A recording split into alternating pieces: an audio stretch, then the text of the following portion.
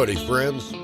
You're listening to How the West Was Cast, a podcast dedicated to the best of the Western movie genre.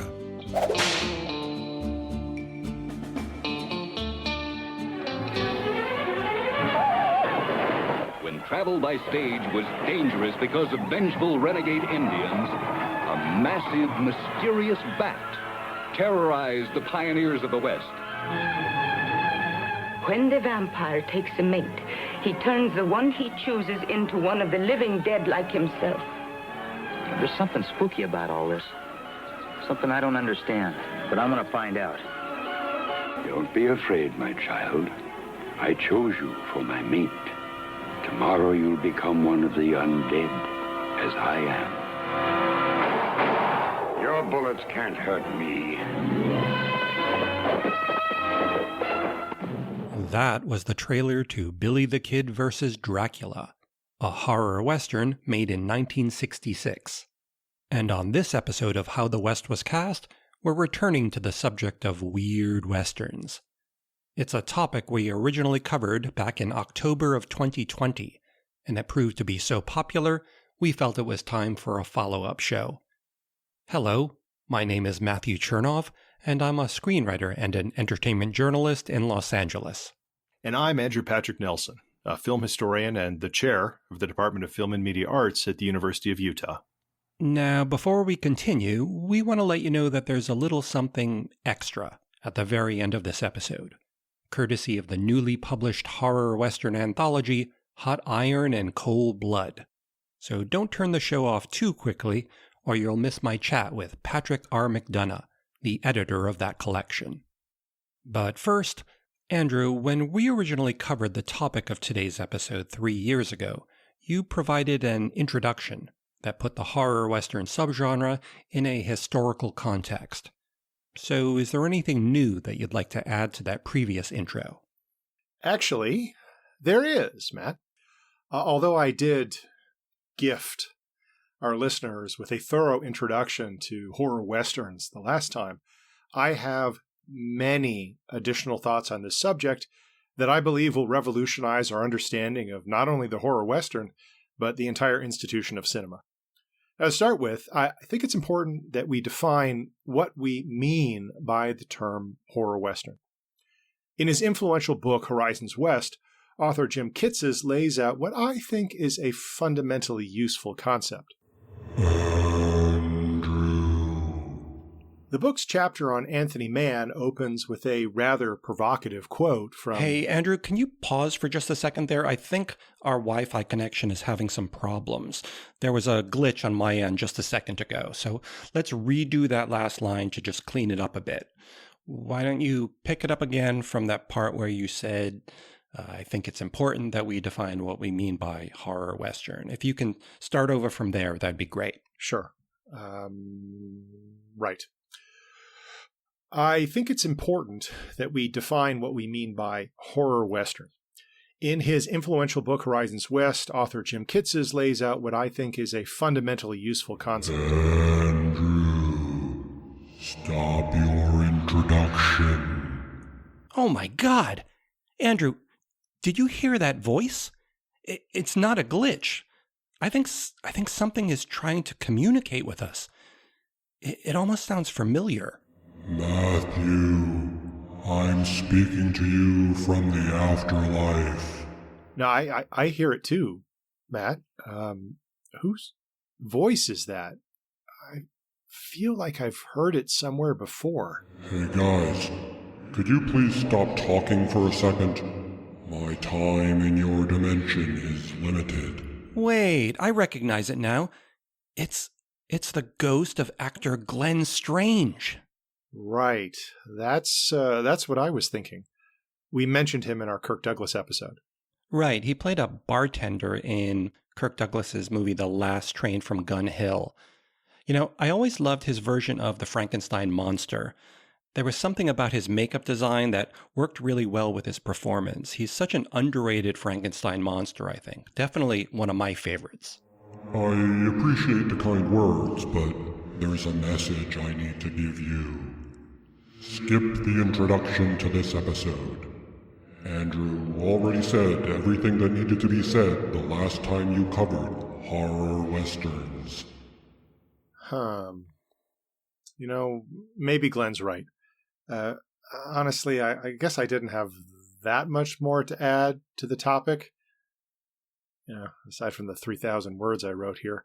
I mean, it looks good to me on paper, but, like he said, I pretty much nailed it the first time.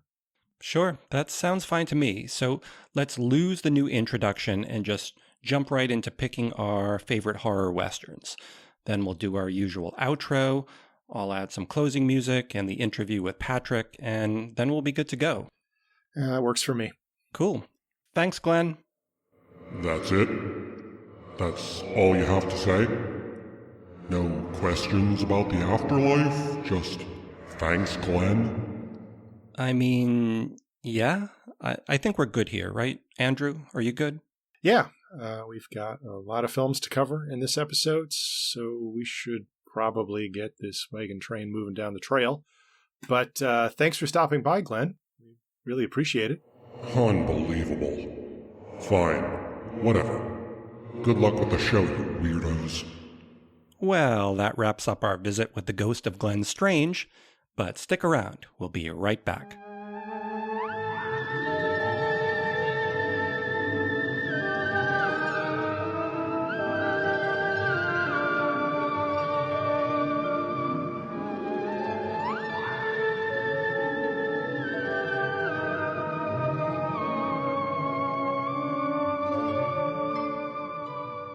For this episode, we've each selected 3 more spooky horror westerns that we think are going to be worth your time.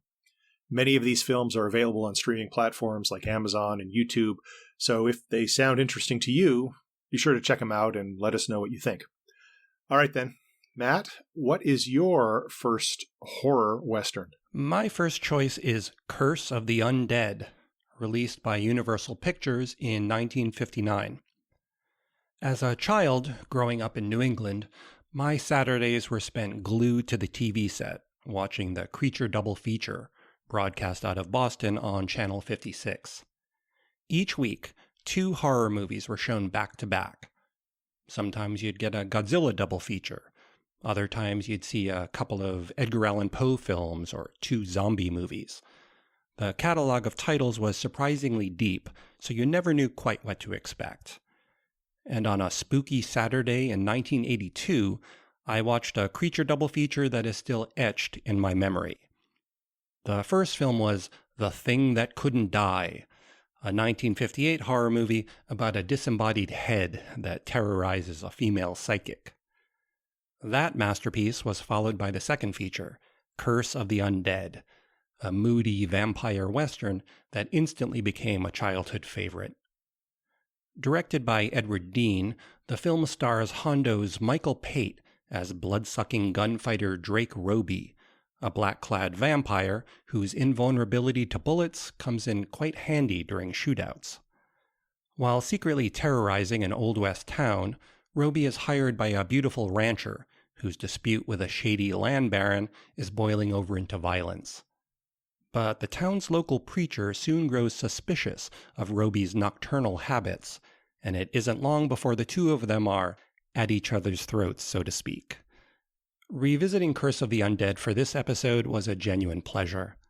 Cinematographer Ellis Carter, who shot the sci-fi gem The Incredible Shrinking Man, uses shadow and silhouette to great effect, showing us Roby lurking in the moonlight, obscured by the edge of a tombstone or a wagon wheel. And there are some haunting images here, like Roby on horseback at night, rearing up in slow motion, like the specter of death itself. Familiar Western scenarios and routine vampire tropes are given new life thanks to the inventive script. While Dean and his co-writer reportedly pitched the project as a satire, what they ended up making is a sincere horror Western that treats both genres with respect.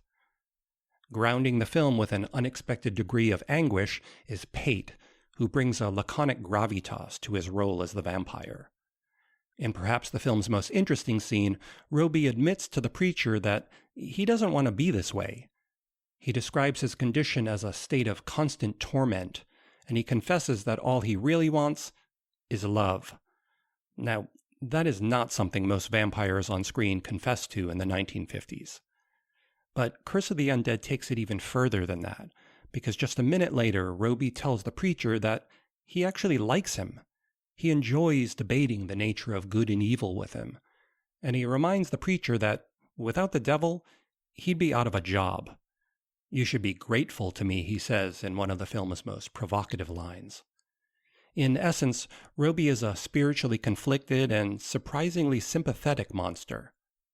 Best of all, the film successfully points out just how similar the traditional Western gunfighter is to the classic Hollywood vampire. There is an inherent loneliness to these archetypal figures. Both of them are surrounded by death, which separates them from the rest of humanity and makes it nearly impossible to connect with people. Needless to say, seeing this movie for the first time on the Creature double feature left a lasting impression. I'm very glad you selected this film, although in some ways it was only a matter of time, because when it comes to horror westerns from the golden age of Hollywood, this is kind of it. I was very close to including this film as one of my 3 choices in our first horror episode, but of course instead went with 1958's independently produced Teenage Monster instead, which is a decision I stand by. I should say, though, that compared to Teenage Monster, Curse of the Undead is practically Rio Bravo. Now, a couple of things always interested me about this movie. It's well known that the supernatural horrors that characterized the genre in the 30s and 40s largely gave way to science fiction by the 1950s. Dracula comes back in 1958, the first Hammer film. And every time I see Curse of the Undead, I kind of see it almost as though something where somebody said to somebody, "Hey, you know what? Vampires are back. Let's make a vampire movie." Not having seen the Hammer Dracula, but just trying to reach back to some of those old tropes and seeing if they could portray them in a more contemporary way. I mean, the other interesting thing that you point out is the affinity between the Western genre and vampires in particular. You have later films like Near Dark or John Carpenter's Vampires, and another movie that I'm going to talk a little bit later. So it seems that vampires work out west better than old world monsters. And as I was thinking about this film and watching it again, I was asking myself why this is, but I think you provide a good answer, that there's something about the solitary character who's doomed to wander between two worlds. That is both the vampire and the Western hero. Yeah. There's a lot of interesting vampire stuff in this movie that, not to give it all away, but the reason why Roby is a vampire is sort of unique. It's because he committed suicide after stabbing his brother to death in like a jealous rage. And I guess in the world of this film, committing suicide damns your soul to hell and you become a vampire afterwards. So that's kind of a novel take on it. I think I've heard of that maybe in literature, but it's not something you see in a lot of films of this era. Roby's vampire also defies some of the well-established conventions of not only how a vampire comes to be, but what a vampire's weaknesses are and what effect a vampire has on others and so on and so forth. So I don't know if that's the product of a moment where there just weren't that many vampires around, and so you could play fast and loose with the rules. Whatever the reason, we do end up with a, I guess, unique entry in vampire lore. Yeah, you're right. He kind of breaks some rules. Long before Wesley Snipes, he was the original daywalker. He's able to, I mean, yes. We're told he prefers the night, but he's able to walk around in the daylight if need be. It stings his eyes, I guess. Yeah, sees better at night. That's how they do it. Hurts his eyes. And we also, unlike Bela Lugosi, who famously never drank wine, he doesn't mind ordering a shot of whiskey at a saloon. So, we get an interesting take on it. I think, too, the other thing you touched on is how it's interested kind of philosophically in these questions of good versus evil. And you referenced the kind of intellectual battle that takes place between Preacher Dan and Roby, where they're talking about the relative merits and demerits of their very opposed worldviews. I mean, that's a great scene, and in some ways is typical of the film. A lot of long takes, Sometimes long takes where characters obviously flub a line, but they just keep going. I mean, we have to remember that even though this is I guess it's a universal picture, I think, it's still a relatively low budget affair. But what I said about Teenage Monster is how watching these old films, even these very low budget ones, you get a sense of just how professional these performers were and what they brought, regardless. There's a difference between low budget filmmaking with amateurs and low budget filmmaking with pros who can memorize 5 minutes worth of dialogue and pull it off. You're totally right. The performances are considerably better here than you might expect for a low-budget film like this. Pate, in particular, is very good. He uses his intense looks to really fill in for a Christopher Lee kind of a vampire. There's something like physically threatening about the guy. Ellis Carter, who shot it, did a really great job, I think. It has those long takes that you can, like you mentioned, where they're kind of, you can almost sense that desperation behind the camera, like we don't have a lot of time, we just have to let this one play out. But now and then, he pulls out all the stops and we get some really interesting shots. There's this one great moment, there's plenty of great moments, but there's one in particular that I love when Roby is chasing the preacher at night. And he's coming up on him and he stops dead in his tracks because he steps into the shadow of a cross that's moonlit from behind. And that shot looks like something out of a Jacques Turner movie. It's suddenly using light and shadow in some really interesting ways. So you get a mix of those moments where they took a few minutes to really get this thing right. And then those other times when they just have to crank up a few pages in one quick shot. One thing that I do think that this does particularly well is, I've often talked about how I find the romantic subplots in Westerns from this period sort of, perfunctory and boring. And you've pointed out how that's not what Westerns are really about. They're about a different type of male camaraderie, not really about romantic love in a way. But I feel like the passion between Roby and Dolores, the rancher, although the two actors don't have a ton of chemistry, those scenes between them don't feel as shoehorned in to me as they usually do in Westerns of this era, mostly because romance goes hand in hand with like sort of gothic melodrama. Dracula movies were always filled with Dracula romancing the woman. So seeing it in this Western, I go with it more than I do in something like The Gunfighter even. Like it feels more of the piece in a way, just because of the vampire nature of it. Yeah, it does a great job of melding what, as you said, is a kind of a conventional Western plot, the battle over land and so on.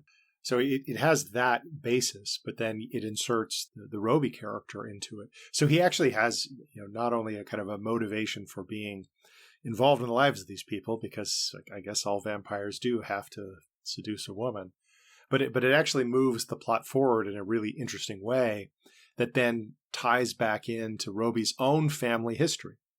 So it's a really clever script. I do kind of wish we got fangs. I prefer my vampires to have fangs. This is more in the Lugosi tradition where he refused to wear fangs. So we don't get fangs here, even though we do see plenty of little bite marks on people's necks. Although it gives us the next best thing, which is a dissolving vampire corpse at the very end. If you're not going to give me large incisors, I at least need to see a Nosferatu turn into a pile of dust in the last second of the movie. That's always an added bonus. What was he, this being half human, half what? Appearing out of the nightmare darkness. Evil his face, evil his deeds. His victims, the young and the beautiful, as well as the bold and the strong. Are they doomed, all who oppose him? Can nothing human stop him?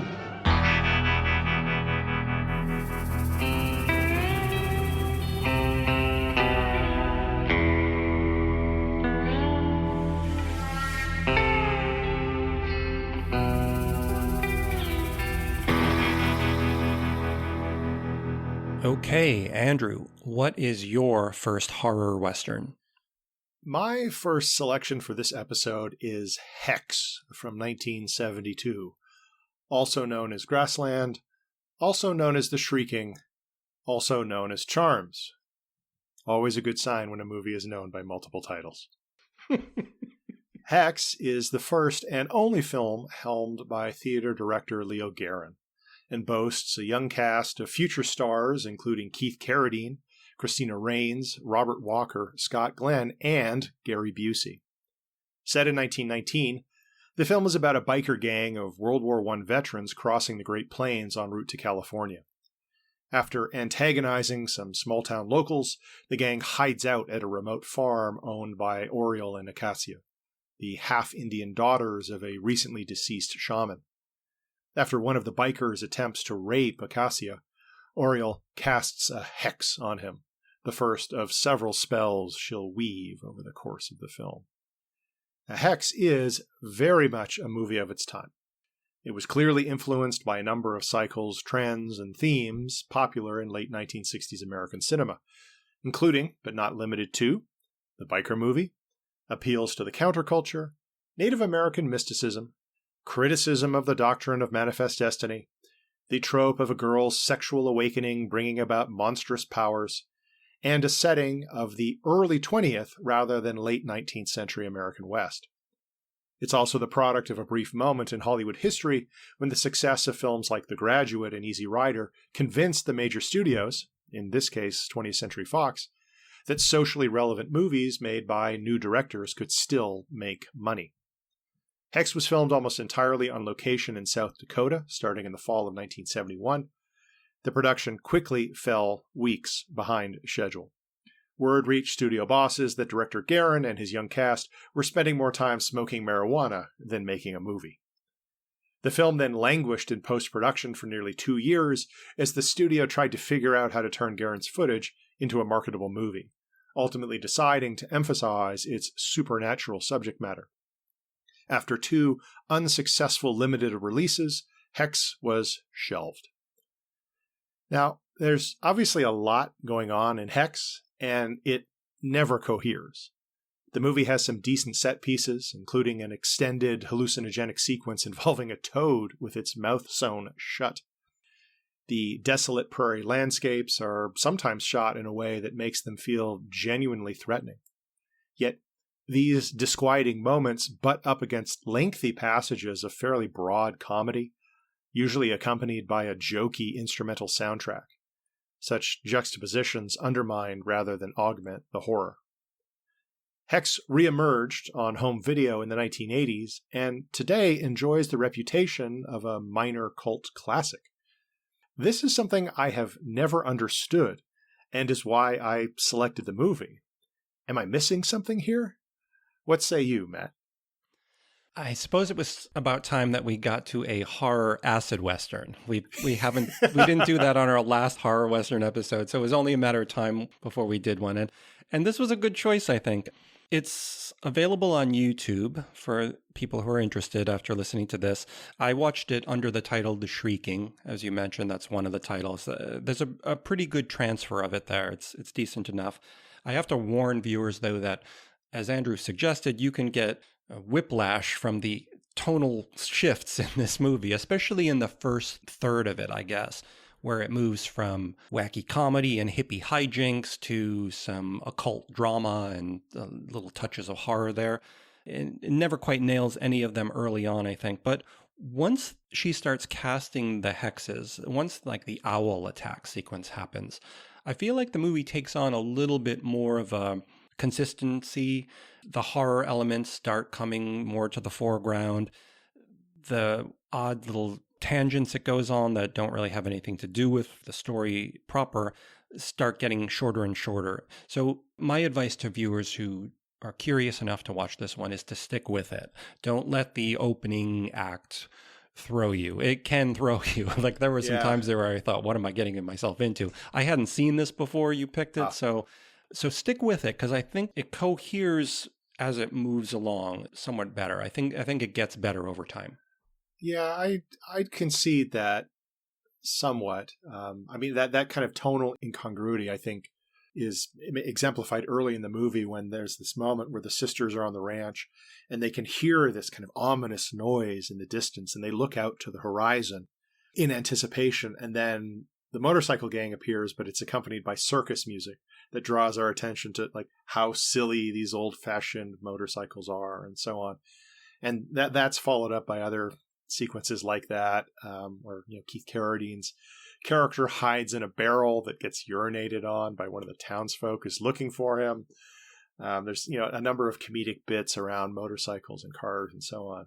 But there are, again, some really strong sequences, including the extended hallucinogenic kind of acid trip moment where the only female member of the biker gang is being subjected to Oriel's malevolent magical machinations.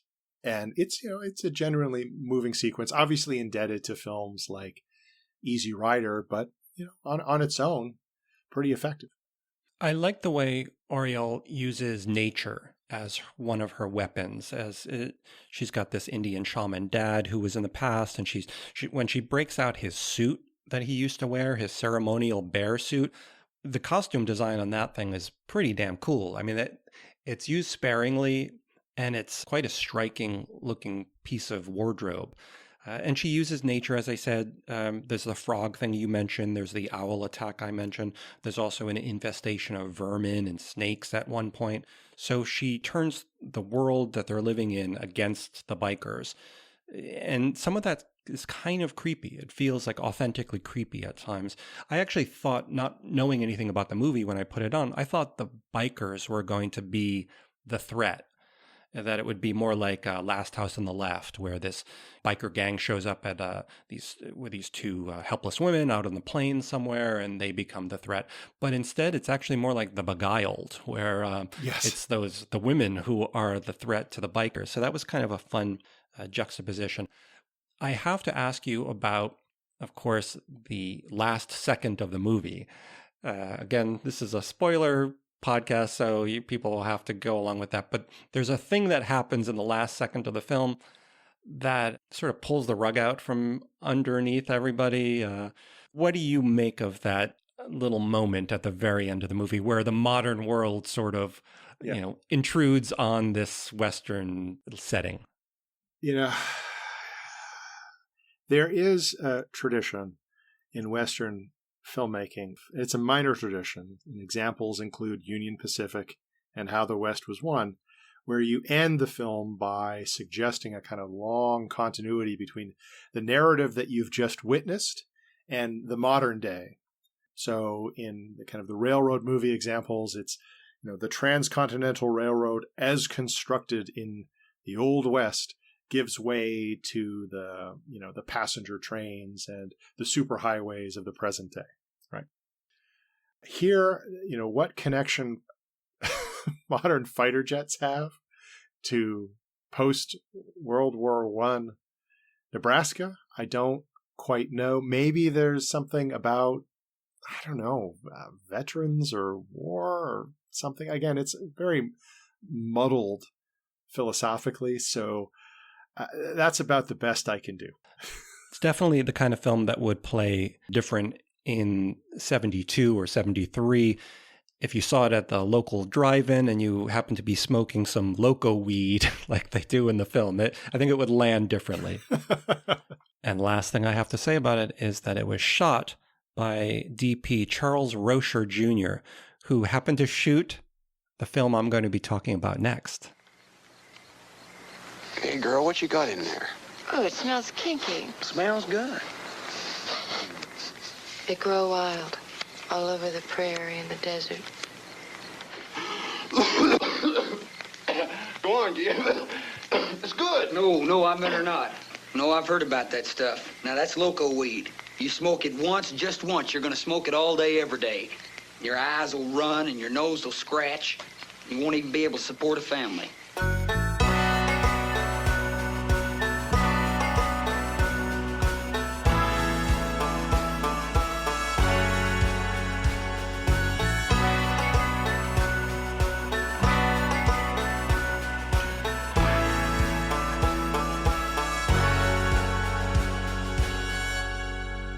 Okay, Matt, what is your second horror Western?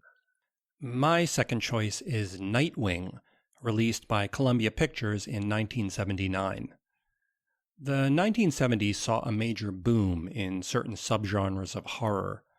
The slasher film was born in the 70s with the release of Black Christmas in 74 and Halloween in 78. Satanic horror films experienced a huge uptick in popularity in the 70s, with movies like The Exorcist and The Omen conjuring up big box office numbers. But my favorite subgenre of the 70s is, without question, eco-horror. A cinematic response to the environmental movement of the 70s, this category of horror positions nature itself as mankind's enemy. Movies like Day of the Animals, Grizzly, Empire of the Ants, and The Swarm acted as cautionary tales, warning us what could happen if we didn't reduce smog levels or cut back on the use of aerosol sprays. And since Native Americans became a symbol of the environmental movement, thanks in large part to the iconic crying Indian TV commercials starring Iron Eyes Cody, it's no surprise then that Indian characters and themes are abundant in 70s eco-horror. There was the 1977 film Orca, for instance, which co-starred Indian actor Will Sampson in a story about a vengeance-seeking killer whale. Then there was John Frankenheimer's Prophecy, a 1979 horror film about a logging company and an Indian tribe being menaced by a mutant bear. But for my money, Nightwing is the most entertaining film of the bunch. Directed by Arthur Hiller, who earned an Oscar nomination for helming the 1970 hit Love Story, Nightwing stars Nick Mancuso as Young Man Duran, an Indian deputy on a reservation in New Mexico. Belonging to the fictional Maskai tribe, Duran is a dependable Western hero. He's a lone lawman, doing his best to keep his community safe while fending off a tribal council leader who's determined to modernize the reservation by any means necessary. Complicating matters, however, is a string of mysterious livestock mutilations. Someone or something has been killing horses and sheep and draining their blood, and it's not long before humans are on the menu. While investigating the bizarre deaths, Duran soon discovers that a colony of vampire bats roosting in a local canyon are responsible for the gruesome attacks. But are these bats just reacting to an oil company that's encroaching on their habitat, or has a local medicine man summoned them from the beyond? After joining forces with an obsessed British bat hunter, wonderfully played by the great David Warner, Duran and his makeshift posse venture into the bats' secret lair to destroy them once and for all. Nightwing was adapted from a novel by Martin Cruz Smith, who also co-wrote the screenplay, and it has exactly the kind of pulp quality that makes 70s eco-horror so much fun.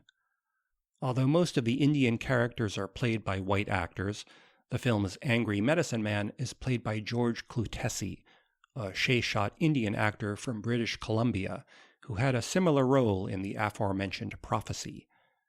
Cloutessy's memorable work in both of these horror films recalls the acting style of Chief Dan George at times. Now, I saw Nightwing in a theater when it first opened, and I loved every second of it. I remember how interesting it was at the time to see a contemporary story set on a reservation with Native American characters discussing issues related to their lives. The uniqueness of that setting, combined with the bat attacks, made for a great time at the movies. Although many people today consider it a bit cheesy, I think Nightwing has a lot of things going for it, including an excellent score by Henry Mancini, a fun supporting turn by Western character actor Strother Martin, and practical animatronic bats created by special effects artist Carlo Rambaldi. The whole thing plays like a cross between a Tony Hillerman mystery novel and a 70s Jaws knockoff. And if that's not high praise, then I don't know what is. I am not the biggest fan of the ecological horror subgenre, and it's probably for this reason that I had not seen Nightwing, but I am sure glad that I've seen it now, because this was a very entertaining film. I was actually surprised and delighted at how seriously the film takes itself, given how the animals attack cycle inaugurated by Jaws in 75 had, within a few years, progressed.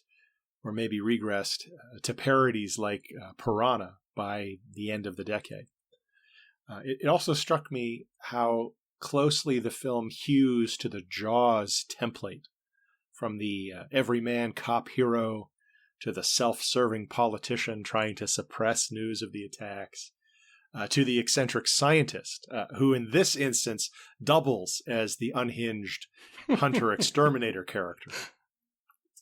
I also liked the terrific and actually quite unusual score by Henry Mancini. What I suppose struck me the most, though, was how there are many similarities between this film and Hex, in terms of the interest in Native American subject matter and mysticism. You know, the idea that you talked about a few minutes ago, that there's a kind of revenge of the animals, revenge of nature, something like that. And then, of course, we have the cinematography of Charles Roser Jr., which in this film is really quite beautiful. These are an interesting pair, these two movies coming back to back like this, not just for the DP connection, but for the way that they approach Indigenous people in a horror movie. I find the character of the medicine man in this film, Abner, very interesting. We're told he's sort of a dangerous character. The people in town keep telling Duran, he's a crazy old man, he's dangerous, there's something sort of spooky about him, and he's more or less responsible in a way, in one reading, for bringing these killer bats to town. And yet, he's portrayed, when we see him, sort of lovably. His relationship with Duran is charming. As a kid watching him, I thought he was a lovable old grandfather figure. So the film wants us to think of him as the cause for all of this chaos and like him as well. So his character here, I think, functions in an interesting way. Yeah, I think it's unusual for a character in a film who repeatedly states that his objective is to end the world, to come across as, you know, kind of like a lovable avuncular type. It's really, I don't know, something I have some difficulty getting my head around. Almost as if the film doesn't want to present us with an Aboriginal villain, because the real villains are, I guess, already Aboriginals or avarice. I mean, the film threads that needle pretty well and ends up with a very convenient ending that sees the prophecy fulfilled, but also makes sure that the reservation will never be exploited for its vast petrochemical reserves. It also ends, as a lot of these eco-horror films do, with a spooky text on screen that hints that this could really happen, that bats have recently been discovered in different parts of the world. As a kid, seeing horror movies from the age of like 9 to 12, I thought that the world was going to end any day. I thought acid rain is going to kill us, mutant bears were going to kill us, killer bees. I mean, killer bees seemed like they were just, it was a matter of time before they got us.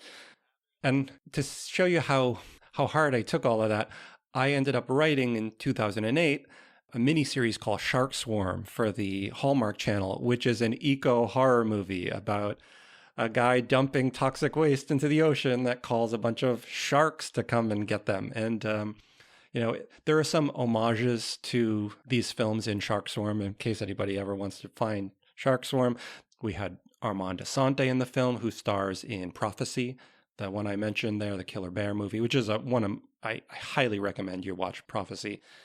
We also stole a scene from Nightwing.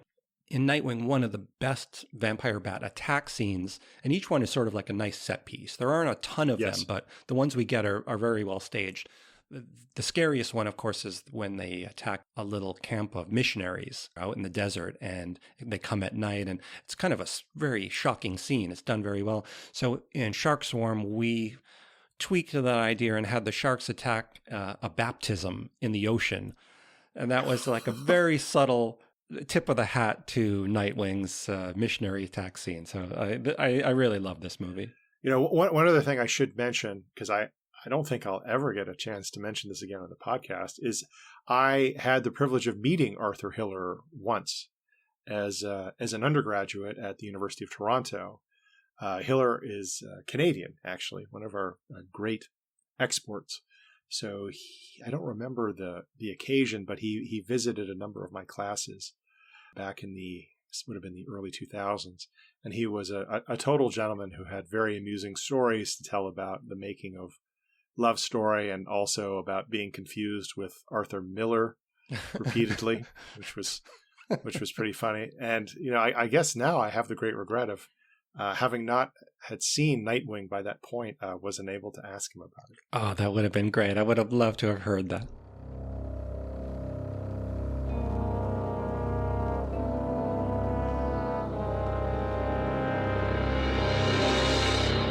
In 1978, Columbia Pictures explored the unknown and proudly presented Close Encounters of the Third Kind. Now, Columbia Pictures, in association with Martin Ransohoff Productions, have explored another dimension of the unknown. And this summer, you will experience one of the most suspenseful and terrifying films ever made. What is it that you fear the most? Is it the dark? Or is it something that waits in the dark? Something so perfect in its evil that it has remained unchanged since the beginning of time. Something that has no fear of man. Something out there, waiting for the light to fade. Waiting to flex their night wings. This summer, Nightwing. Okay, Andrew, and what is your number 2? My second film is From Dusk Till Dawn 3, The Hangman's Daughter. The original From Dusk Till Dawn is one of my all-time favorite movies. And in 1996, it was far and away the movie I most wanted a sequel to. Even more than Star Wars, which, as you can imagine, made me something of an outlier in my peer group. I checked websites like Corona's Coming Attractions religiously for news about a possible sequel.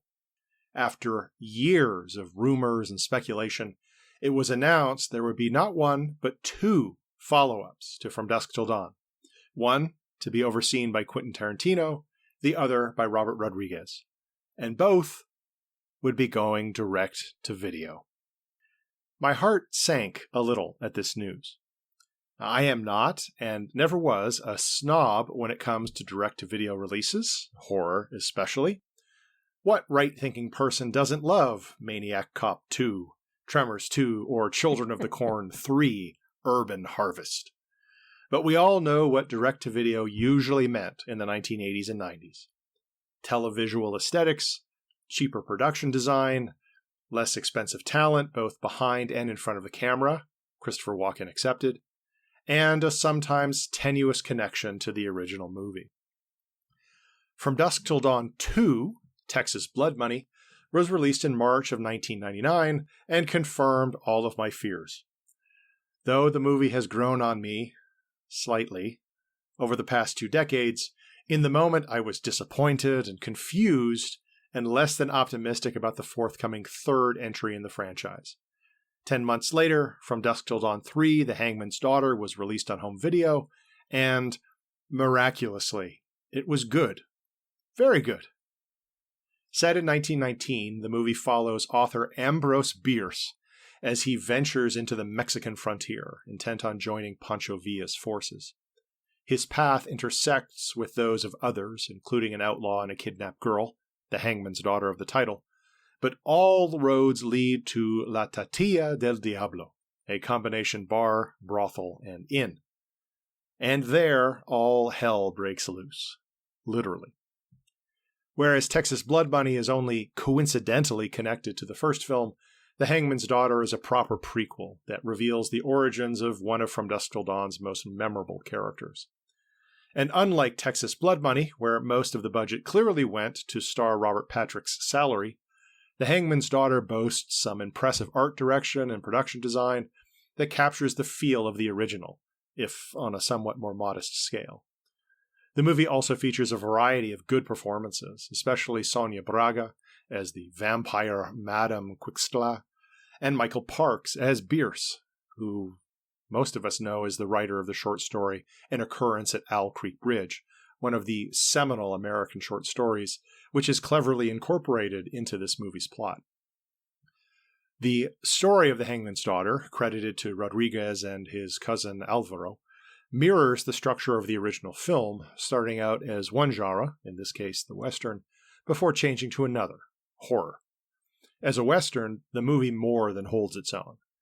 Director P.J. Pesch demonstrates a real feel for the genre, which isn't surprising given that he directed and co-wrote the entertaining Sam Elliott Western The Desperate Trail for TNT in 1994. With expectations appropriately adjusted, The Hangman's Daughter is not only a worthy prequel to one of the great genre movies of the 90s, but a solid Western in its own right. It sure is. I actually saw this film's world premiere at a theater. It was here in Hollywood. Oh, wow. Yeah, it was October 30th, 1999, at the Egyptian Cinema, a historic movie palace here. And the director was there. Most of the cast and crew were there. They did a long kind of drunken Q&A afterwards. It was a party.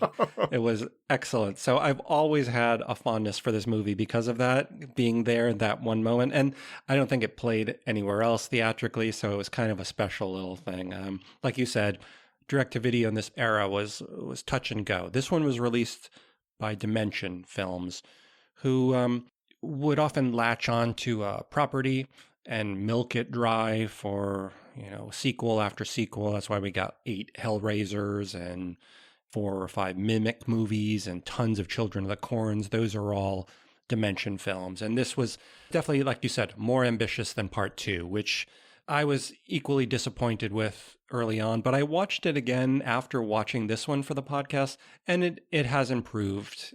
It has a Rob Zombie aspect to it that I kind of like. This one, though, is just all-out gore at some point. It's great. The bar scene massacre that takes place midway through the film is incredible. Agreed. I suppose the thing that strikes me more now is that first half of the movie. I think it's a tall order to try to replicate what From Dusk Till Dawn did, which was actually pretty novel, where a movie could just pivot midway through without any kind of explanation from one very familiar and clearly defined genre archetype to another. So here we all understand what the game is. And so there's a risk that the first half of the movie is just the audience putting in time, waiting for the characters to finally arrive at the place where the thing we all know is going to happen.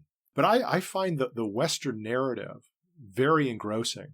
I think it's very well staged. I like the Ambrose Bierce character and his motivation. I like the outlaw figure. I just find it a very kind of engrossing Western that could well have ended up in a different place where the characters had some kind of other confrontation that didn't involve the undead. It feels to me like a legitimate Western that is respectful of the genre's traditions.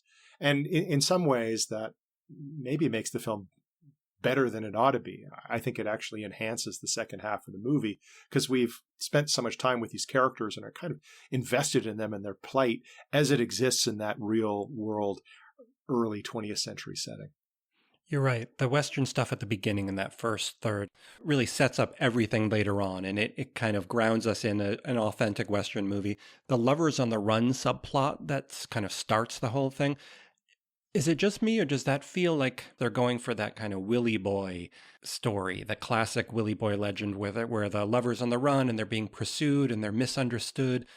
That's where I thought it was going. And then very quickly, they pull the rug out from that story too, and you realize that Johnny Madrid, the Willy Boy character, is not some misunderstood figure. He is about as villainous as they get. He's as cold-blooded. He's like a straight-up spaghetti Western anti-hero who's just as likely to kill everybody than as save everybody. So that's an interesting way to start this movie, I think.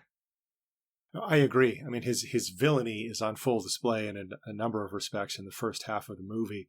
So it isn't a case of star-crossed lovers or a misunderstood Billy the Kid type hero. I mean, it also does an interesting thing where it renders what is initially a villainous character, the Hangman, as a somewhat more sympathetic, almost borderline heroic character who we learn the motivation for why he treated his daughter the way he did. Very cleverly constructed is the story of this film.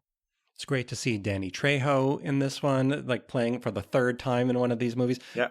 Watching it again, the central bar fight that builds and builds before it actually explodes, that bar scene almost could have been used in our greatest Western bar fight scenes. I mean, bar fights episode. It's that good. It's really is the centerpiece of the movie.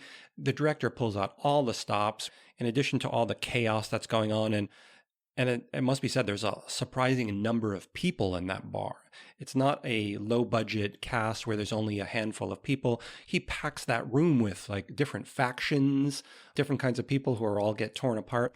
But in the middle of it, then we get this sepia-toned tango dance that's literally just him showing off. I love that he's just like, now I'll give you this. And he kind of throws all the rules of what vampires can and can't do out the window. It's sort of like Curse of the Undead, where suddenly for no reason tentacles burst out of a vampire, or a snake head bursts out of them. Like, why not? Just go with it.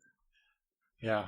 Oh, that was certainly part of the original film, where, you know, what happens to a vampire after they're dismembered varies.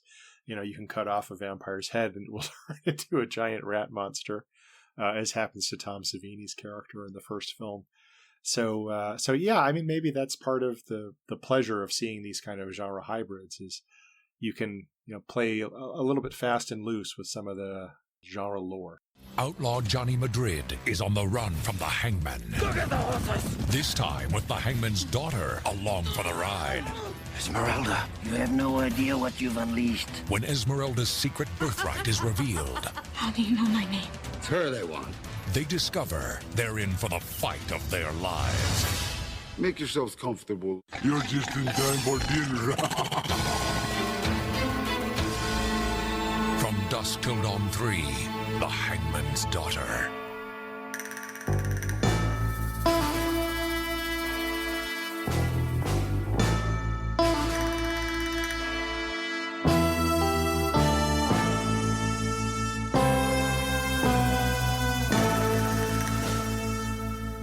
Okay, Matt, that was my second horror Western. What is your third film? My final choice is Ravenous, a fantastically gory cult movie from 1999. Loosely inspired by the tragic Donner Party of 1846, as well as the crimes of Alfred Packer, a prospector who confessed to killing and eating some of his traveling companions in the winter of 1874, Ravenous tells the story of Army Captain John Boyd, played by Guy Pearce. Exiled to a remote military outpost after an act of cowardice is discovered in his past, Boyd is one of several misfits living in a lonely garrison on the edge of the western frontier. Just as he begins settling into his new surroundings, a stranger named Calhoun, played by Robert Carlyle, stumbles into camp, starving and frostbitten.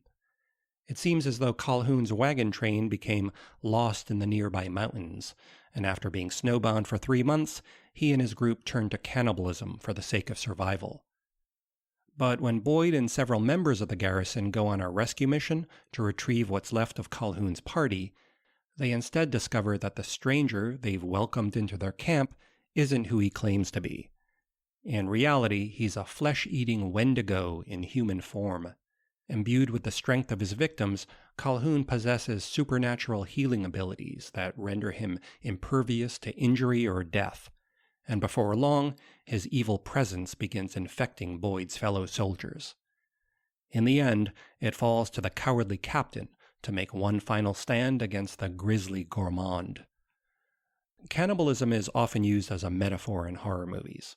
For example, in the recent film Bones and All, cannibalism is a metaphor for addiction, and in the bloody French film Raw, it's a metaphor for sexual awakening.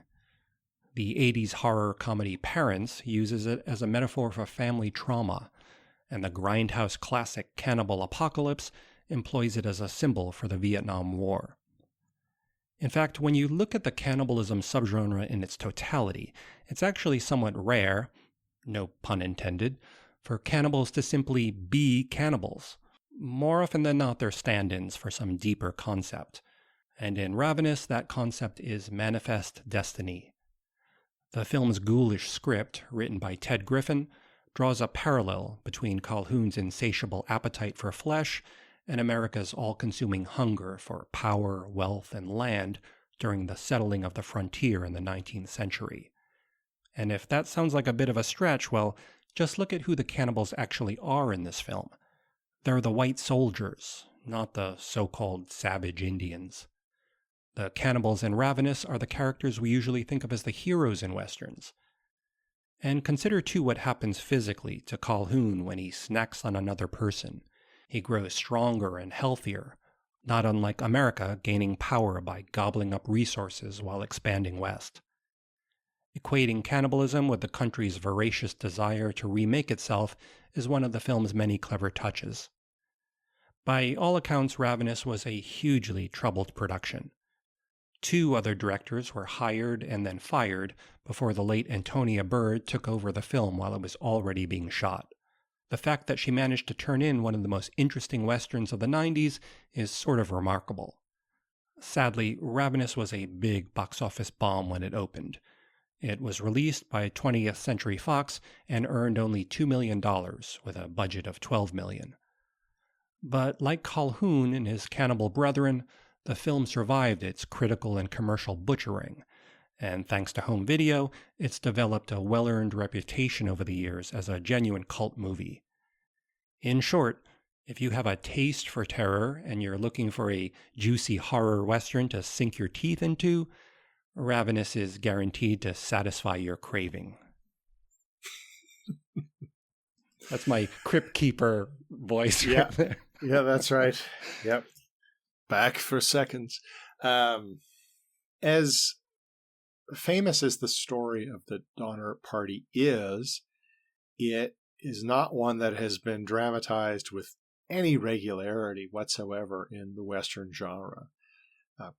Cannibals in cinema, especially from the 70s onward, have been a minor, if consistent, presence in the horror genre, as you alluded to, Matt.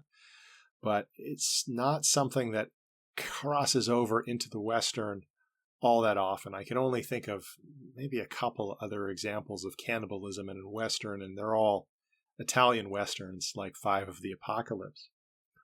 So it's interesting to see this actually make its way onto screen in such a bloody fashion. And maybe that's the only way that this could actually have been dramatized with any kind of impact. I think it's difficult to allude to cannibalism without you actually witnessing the act, and we do witness it repeatedly in this movie.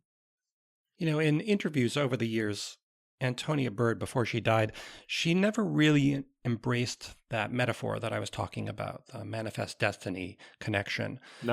No? She kept reaching for other explanations for what the film meant. She talked about everything from junk food addiction to consumerism to the Hollywood studio system. She never kind of embraced that obvious one that was right there, which was always curious. And what the only thing I surmised from that was that perhaps, and I'm just reading into this, that the experience of making this film was so grueling for her and for everyone involved, apparently, that her opinions on it and her thoughts on it have become a bit jumbled over time, that they actually say more, I think, about her experience making it than they do about the story itself and what it means. The writer has been much more eloquent, I think, about talking about the film's, deeper meanings. Well, I mean, I find the political component of this film pretty on the nose, and not anything a Western hasn't engaged with since, 1920s, I suppose. That's really interesting about Bird, though, because if she indeed was reluctant to see the film as a straightforward commentary on the ethos of manifest destiny or American exceptionalism, that would make her the exception to the rule. One thing that I've talked about a lot and we've talked about is how really since the 1970s, the obvious move for a maker of a Western is to talk about your film in terms of an allegory for either crimes of America's past or something that's happening today. So if she didn't go that route and was instead looking for other things, that is actually very interesting to me. I almost brought this film up on a different episode that we did last October, actually, in our Great Western Film Scores episode, because the music in this movie is one of its most, wonderful aspects. It's such an unusual score. It's composed by Michael Nyman, who does a lot of film composing, and rock star Damon Albarn from the band Blur. And it's a really original score that uses historical instruments from the actual film's time period with all of these sort of modern techniques like looping and sampling and electronic distortion. So the two styles clash in such an interesting way here, I think. They really add a lot of tension to the film. They tweak the humor at times, but at other times it's just really intense. There's something jovial and menacing about it at the same time. It's definitely the scariest an old-fashioned squeeze box has ever sounded. It's a really interesting score. No, I agree. And another thing that stood out to me is Guy Pearce's performance, which then reminded me of what an amazing run Pearce had in the sort of mid to late 1990s into the early 2000s.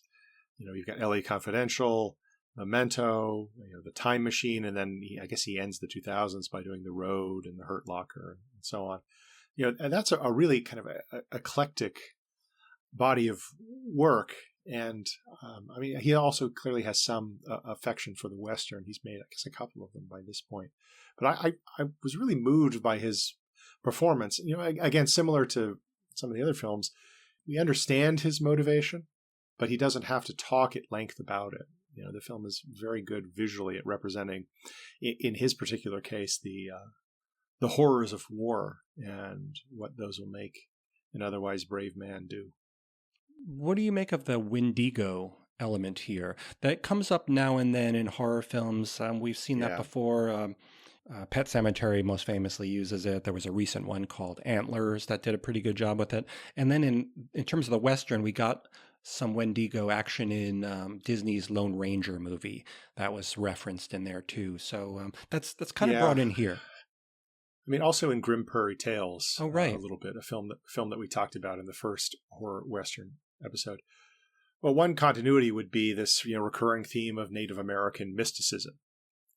Maybe one thing that comes out from a lot of these horror Westerns is they're in fact identifying something that's almost always been there in the Western. It's the idea that the landscape, majestic though it is also vaguely threatening. I often think of sort of the famous few seconds of Monument Valley that we see in Stagecoach, where the buttes of the valley, the formations are just so massive compared to the very tiny Stagecoach. So it's imposing in a certain way. There's a sense of our insignificance relative to the scale and magnitude of the natural world.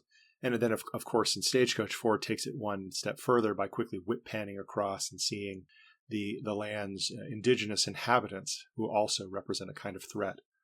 So if the best Westerns have always recognized that there was something in the landscape that was vaguely threatening, that was just older, and that might come after us at some point, that might try to kill us, it could be that these horror Westerns that we're talking about actually bring that to the surface. So something that was kind of latent or repressed is actually expressed once you finally introduce a more explicit horror element into the Western.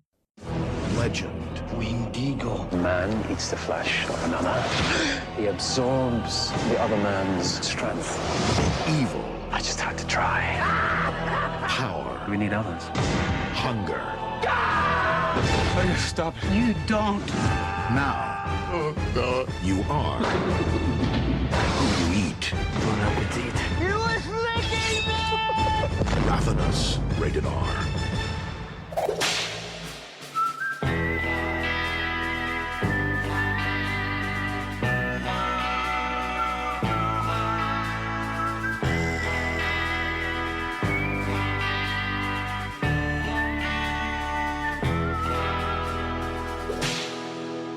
Well, that's it for me, Andrew. What is your third and final film? My third and final horror Western is Jonah Hex.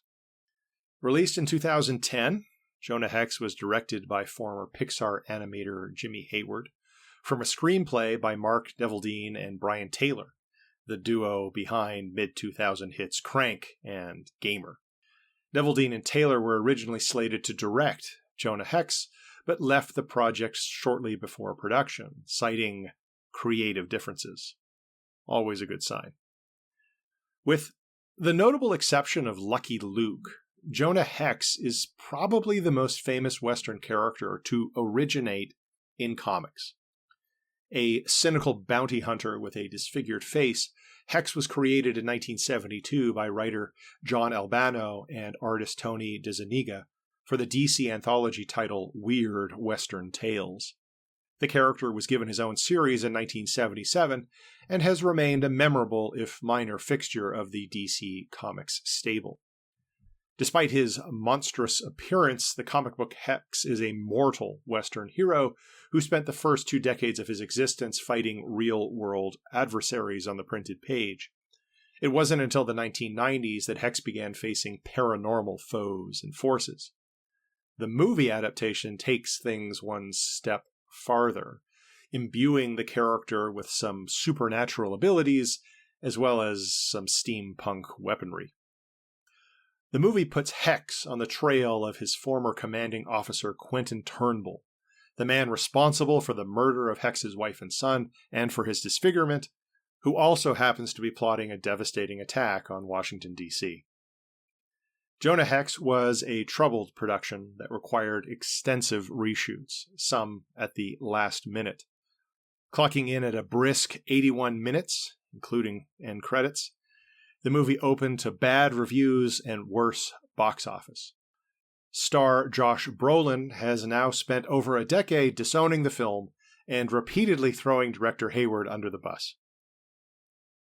Jonah Hex and other Western bombs of the 2010s, like The Lone Ranger and The Magnificent Seven remake, are evidence for my now trademarked argument that mainstream movie audiences today aren't interested in Westerns unless they're prestige pictures by auteur filmmakers like the Coen brothers or Quentin Tarantino.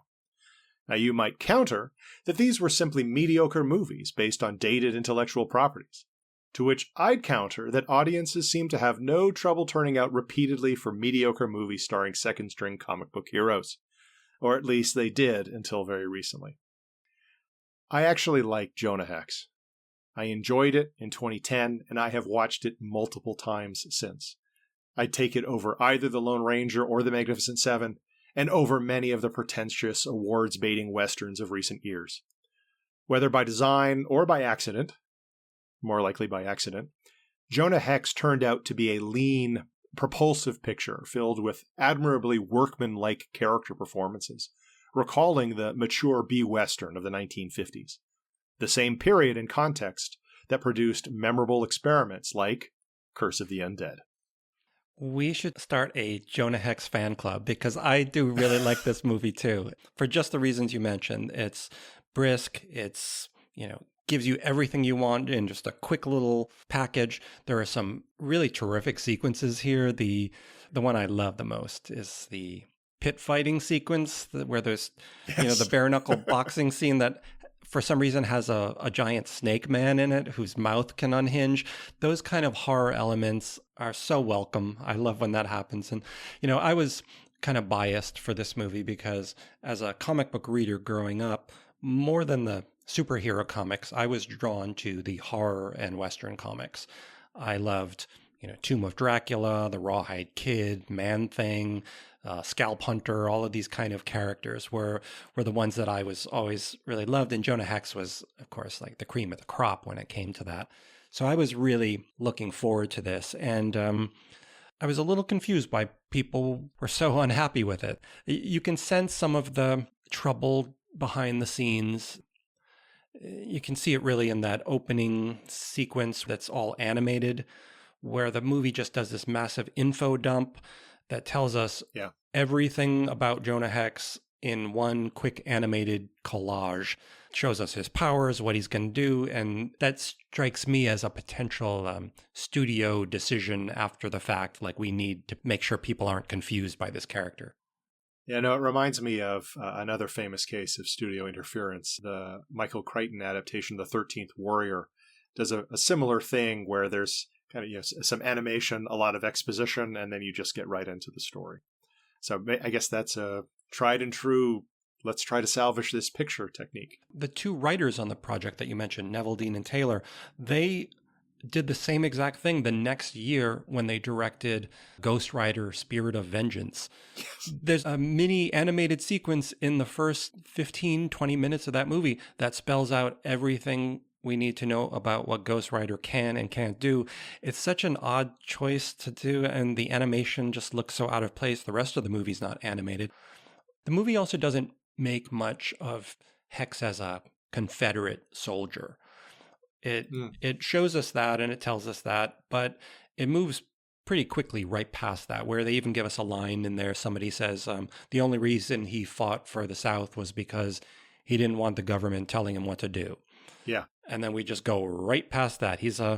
Both sides a bunch of hypocrites. Yeah, he's a bounty hunter in a Confederate hat. He says that exact line. So I don't know if that was dealt with more in the comics. I forget. I feel like there were some parts in the comics that as a young reader, I found troubling, and I enjoyed that about it.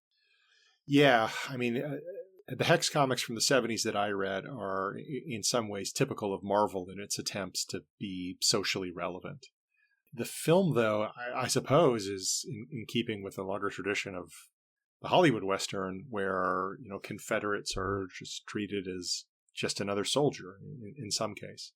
The scar makeup that he wears is pretty damn good. Apparently it was incredibly painful to wear because beneath the latex, the makeup artist had these like hooks into Brolin's cheeks that pulled it back and almost tore his face to keep his apart. mouth open. Yeah. Yeah. I mean, that's got to be really hard when you go through this physical pain and then the movie comes out and you're unhappy with the movie. I can see why he maybe is harboring some long-term animosity with this, but it looks great. The moment when he drinks a shot of whiskey and it pours out the hole in his face is pretty cool.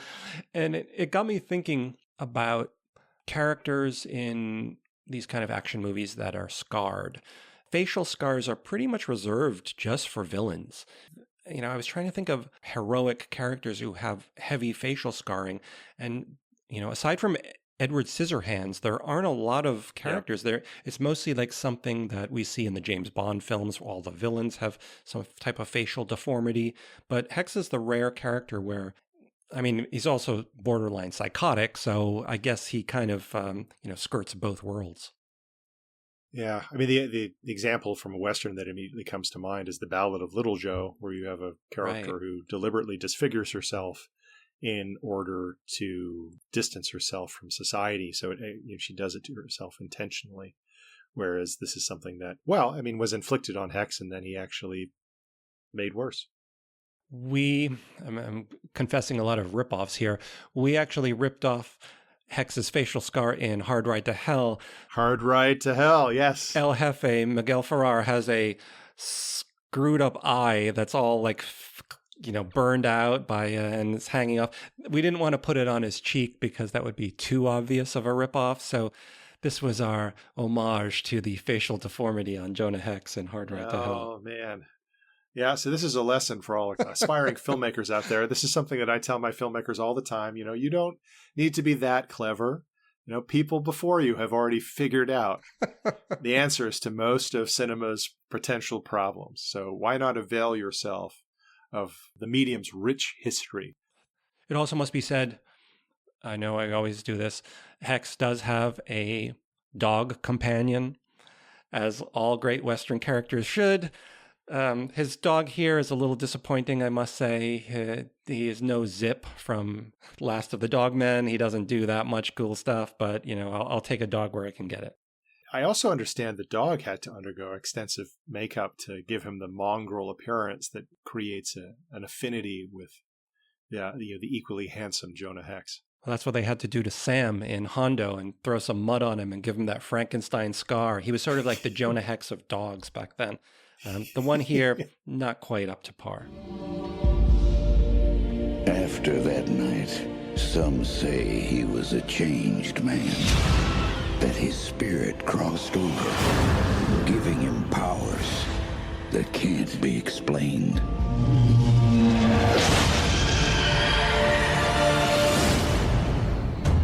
Jonah Hex.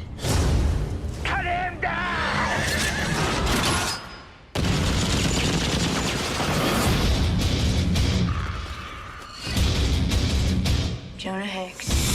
You don't look so tough. Hey, Hex, what happened to your face?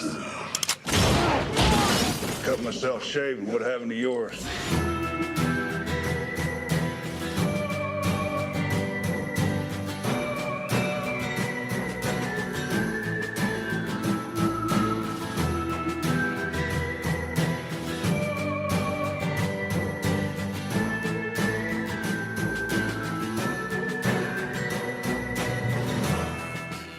Well, that wraps up our return to horror westerns, but don't forget to listen all the way to the very end of this episode for a little something extra, courtesy of Hot Iron and Cold Blood. As always, we invite you to follow us on Twitter, Instagram, and Facebook. You can find us at Western Podcast, all one word. Tell us your favorite horror western, or suggest another topic that you'd like us to cover on a future show. Also, if you enjoy our show and want to help support it, the best way to do that is by subscribing to it on whatever platform you use. Simply click the subscribe button and you'll never miss an episode. Until next time, I'm Matthew Chernoff. And I'm Andrew Patrick Nelson. And I'm the ghost of Glenn Strange. And you've been listening to How the West Was Cast. Well, that was our show.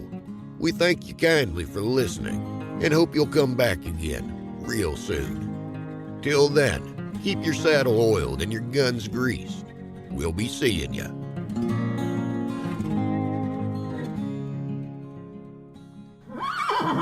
Right now, I'm joined by Patrick R. McDonough, the editor of Hot Iron and Cold Blood, a brand new anthology of Western-themed horror short stories published by Death's Head Press.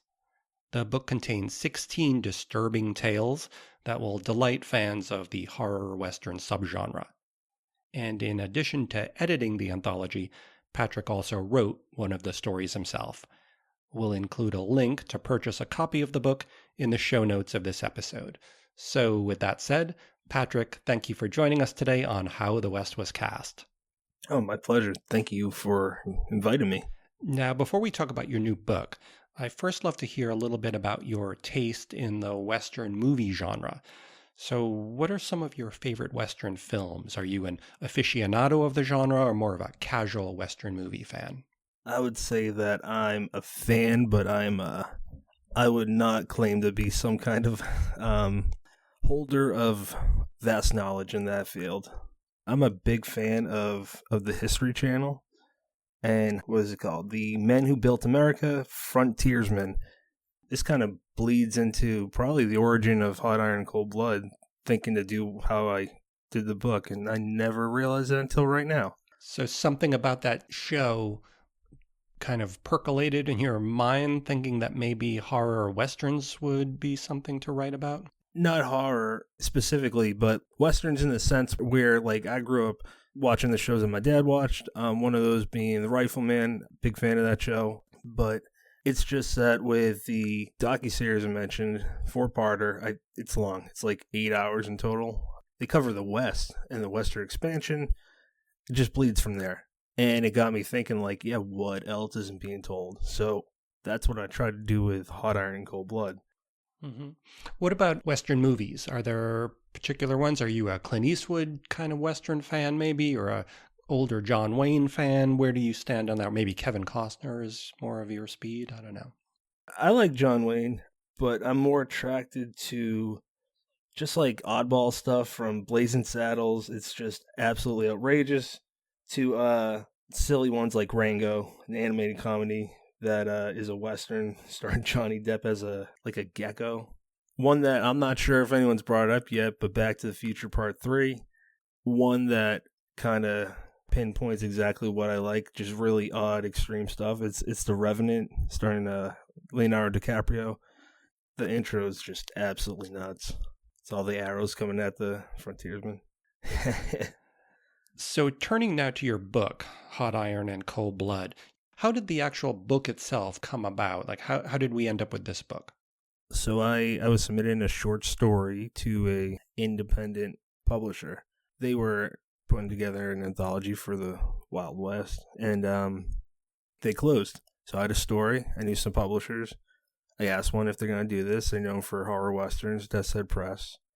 And they put out some killer stuff. And he read my story. I sent it to him because he was the first publisher to give me personal feedback. So I remembered that. And then jump ahead to 2021. I asked him that. He read it. The next day he emailed me, said he loved it. And he said, if we ever do this, you're the first in. I'm like, okay.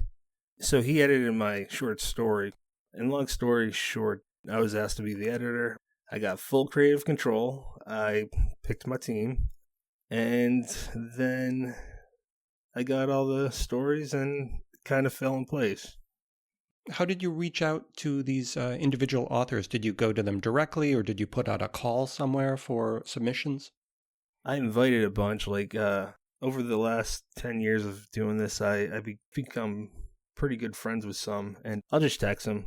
I'll email some. And the rest I did. There's 4 that I did a open submission for 2 weeks. I made some friends out of it too, so it's pretty cool.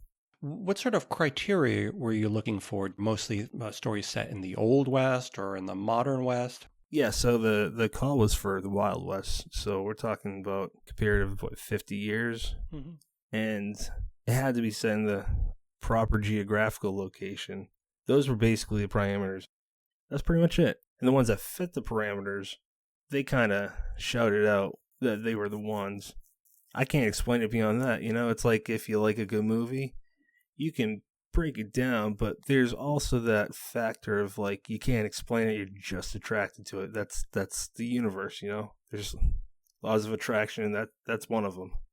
So there's a few authors in the anthology that I knew right away, and I want to go over just a couple of them because I think their stories really stood out to me.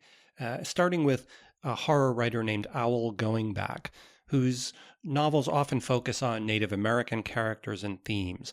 I remember reading Owl's debut novel, Crota, back in the mid-90s. It was like a monster story, and I'm a big fan of just classic, straightforward monster tales. He always delivers the goods in that way.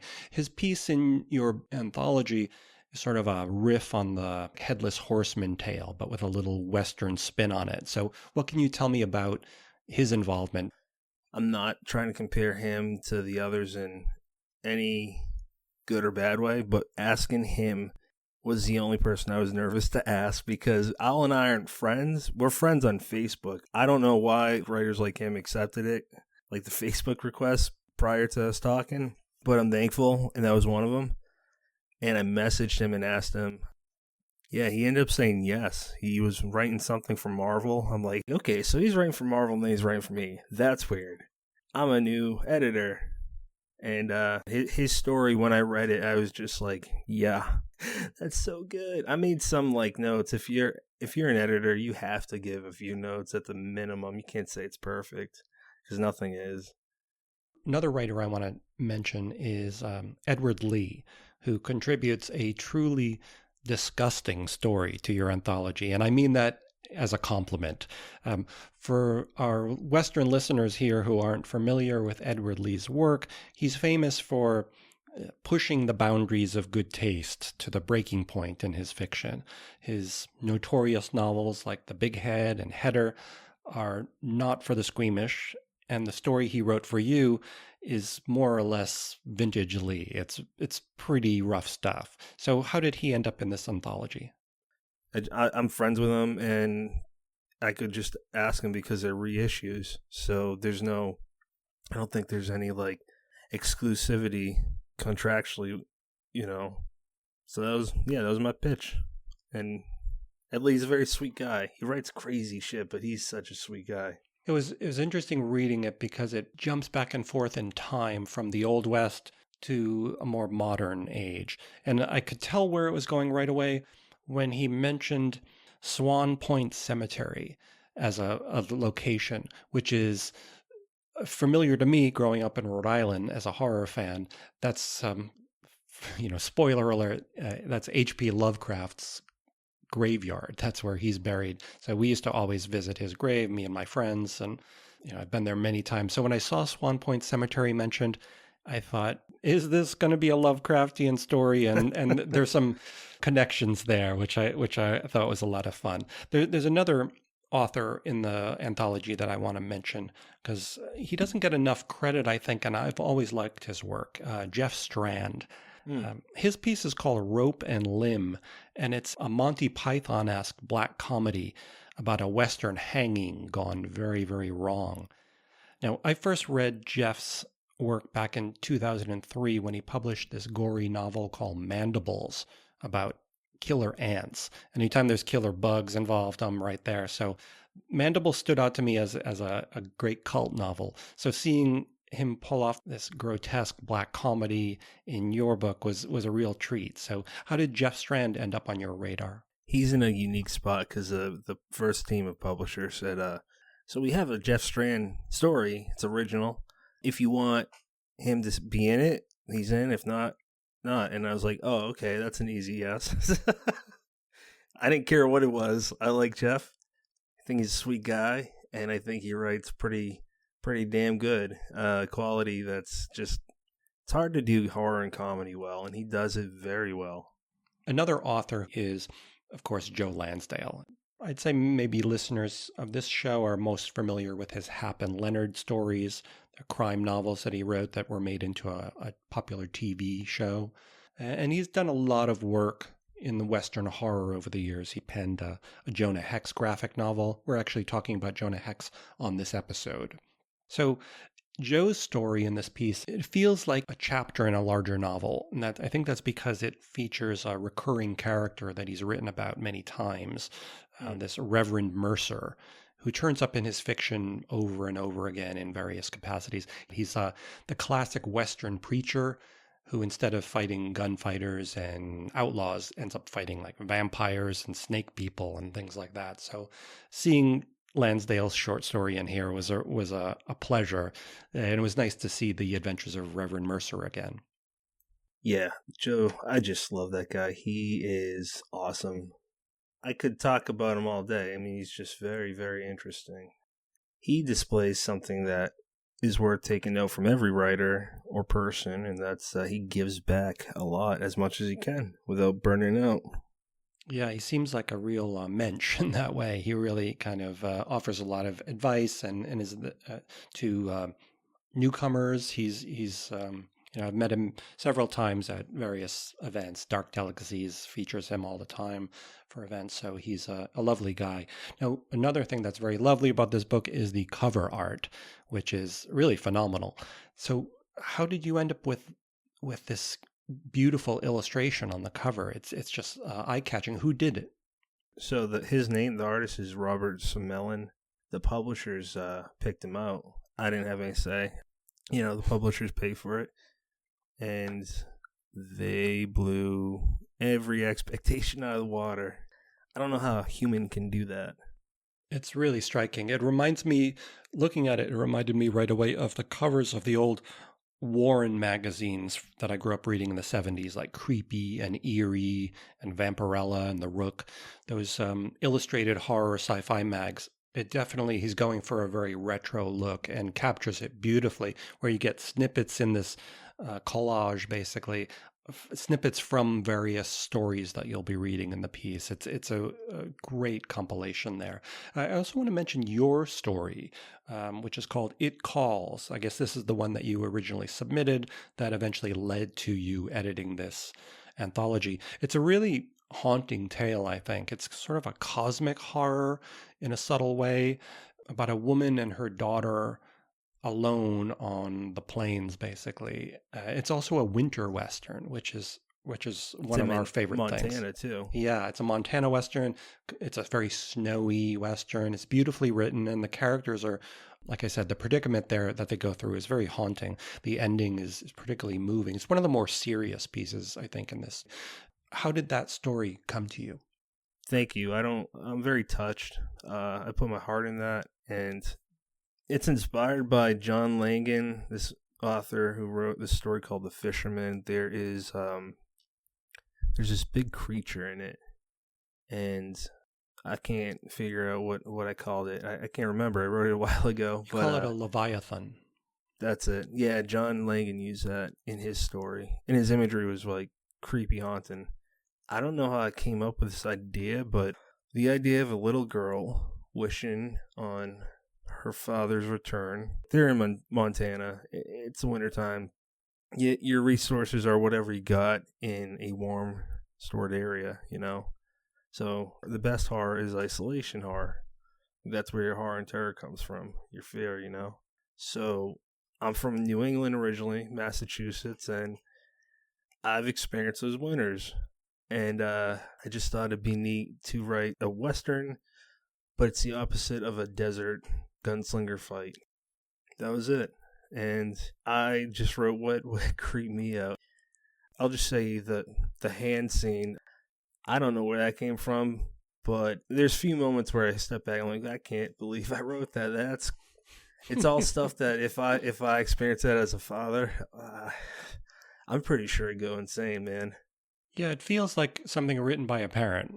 It has that kind of intensity. The image of the animals, people haven't read the story yet, but just the sight of, I'll set it up, the sight of somebody looking out and seeing a bunch of forest animals standing stock still, staring back at them from the woods is just very strange. It immediately creates a hold your breath moment, and it's really vivid when you read it. You paint a lot of pictures with that story. So, as I mentioned earlier, we'll include a link in the show notes of this episode so that listeners can purchase copies of Hot Iron Cold Blood, which is available in both paperback and digital form. So you can download it, or if you prefer to read a paperback, it's there for you. So Patrick, I just want to thank you again for joining me on the show today to talk about this book. It was a great read, and I think for anyone who's listened to this episode so far and who's into horror westerns, they're going to find a lot of new authors to read in the future. It's just perfect reading for the Halloween season. I just wanted to thank you. This was really fun. I appreciate it, and I just wanted to thank you again for your kind words on not just my story, but everyone else, the artwork. And it's worth noting that Dissect Press has a lot of excellent horror westerns. They kind of revitalize that within the indie book world. So I would check out their work. So thanks again.